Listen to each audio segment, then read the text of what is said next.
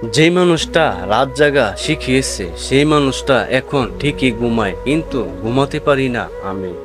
যার হাত ধরে স্বপ্ন দেখিয়েছিলাম সে আজ অন্যের স্বপ্ন দেখাতে ব্যস্ত। চাইলে যদি খুব সহজে কষ্ট বলা যেত তাইলে হয়তো আমার জীবনটা এত এলোমেলো হতো না।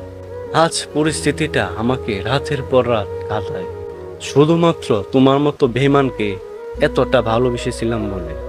যখনই তোমার স্বার্থ ফুরিয়ে গেছে তখনই তোমার আমার প্রতি ভালোবাসাটা কমে গেছে। আর আজ তুমি আমাকে এতটাই দূরে ঠেলে দিলে। সবকিছু হারিয়ে আজ আমি বুঝতে পারলাম জীবনে অনেক বড় একটি ভুল করলাম, তোমার মতো স্বার্থপর মানুষকে ভালোবেসে। তোমার প্রয়োজন মিটে গেছে তাই তুমি আর আমাকে চাও না।